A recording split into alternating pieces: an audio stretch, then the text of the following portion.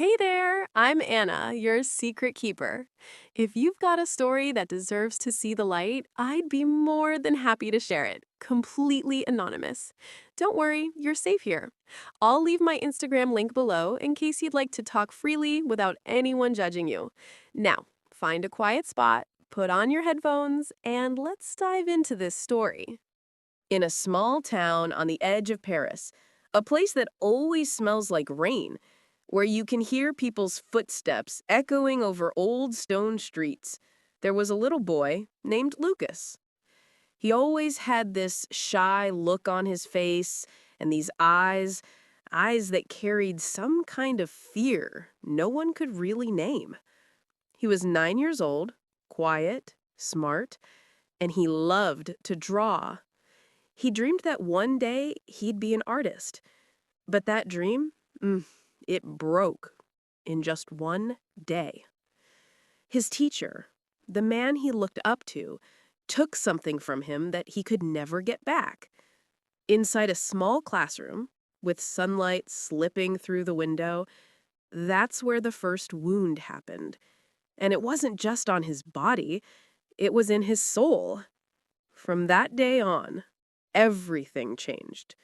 Lucas learned to be afraid of silence, and whenever the pain got too heavy, he'd find ways to hurt himself, not to feel pain, but to punish himself for something he never did wrong. It became a habit, a dark, quiet secret he carried for years. Years passed. Lucas grew up, now a young man in his 20s, living alone in a tiny apartment in Lyon. He kept drawing, everything except his own face. Because his reflection scared him, it reminded him of everything he'd been trying to forget. He worked at a small art cafe, sketching portraits for the customers. He smiled, he talked, acted normal, but every time he looked in the mirror, he saw that same little boy inside him, still hurting.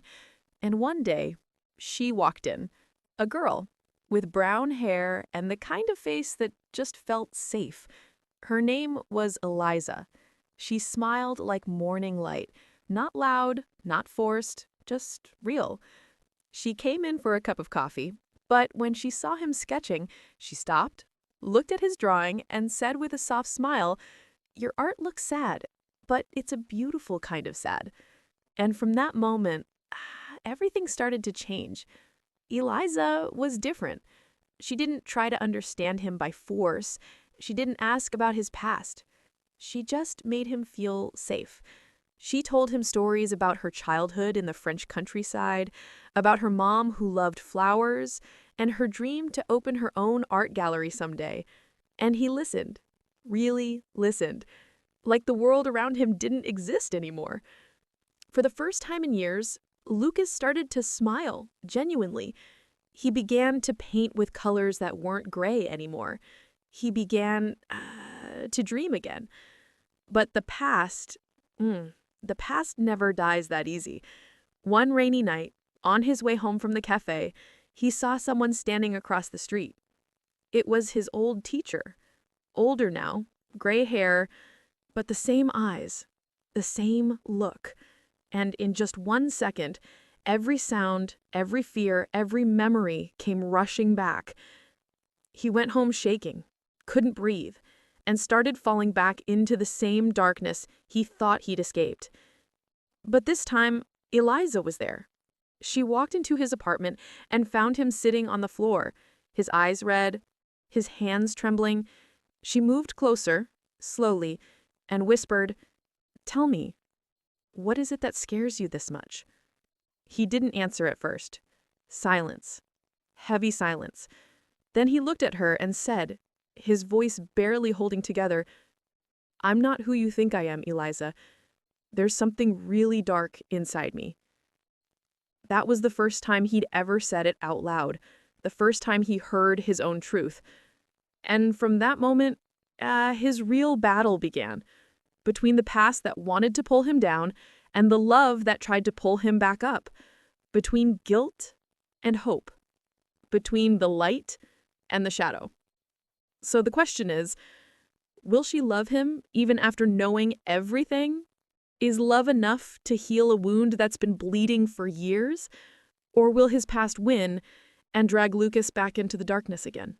The apartment was drenched in a soft gray light, and the air felt cold, like it was carrying an old memory. Lucas sat on the floor, his back against the wall. Eliza was in front of him, her eyes filled with fear, but not fear of him, fear for him. He spoke, his voice rough, trembling. When I was a kid, my teacher, the one I trusted, he crossed a line. He took a shaky breath. I didn't understand. I thought it was care. But after that, everything broke. I grew up feeling dirty, wrong, like I deserved to be punished. His eyes glistened, not just from tears, but from years of carrying silence. His words came out slowly, heavy, each one cutting through the air like glass. Every time I tried to live normal, to love, to just be, I went back there. I'd hurt myself again, thinking it made the guilt go away, like some kind of poison I couldn't stop taking. Eliza didn't say a word. Tears rolled down her cheeks quietly. Then, gently, she reached out and touched his face. Lucas, no child ever deserves that. But no man should have to keep living inside it either. You're not what happened to you. You're who you choose to become now. That last line broke something inside him, in the best way. It was like, for the first time ever, he heard his own voice without pain. Days passed. Lucas started therapy. Scared, hesitant, but he went. And Eliza, she stayed. Not out of pity, but because she saw in him someone brave enough to rebuild himself. He began to draw again. This time, faces. Faces with light in their eyes. Faces that looked like him.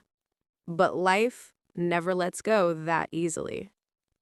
One afternoon, walking into the cafe, he froze. There, standing by the door, was a man in his 50s. Dark coat, same cold stare. The teacher. Time stopped. The noise of the street faded. Every sound, every memory, every piece of fear came crashing back. But this time, there was anger, not fear. Years of buried rage rising like fire. He walked straight toward him. "Do you remember me?" The man smirked, that same twisted smile. "Of course, Lucas. I never forgot you." Lucas stared right back, his voice steady now. "Well, I did. And this is where you end for me." He turned and walked away. One step, but it was the first real step of his freedom. Days later, Lucas painted his final piece about the past. It showed a small boy standing in the light, a giant shadow fading behind him. He titled it, "Je me pardonne," I forgive myself. On the night of the exhibition, the cafe was silent as he told the story behind it.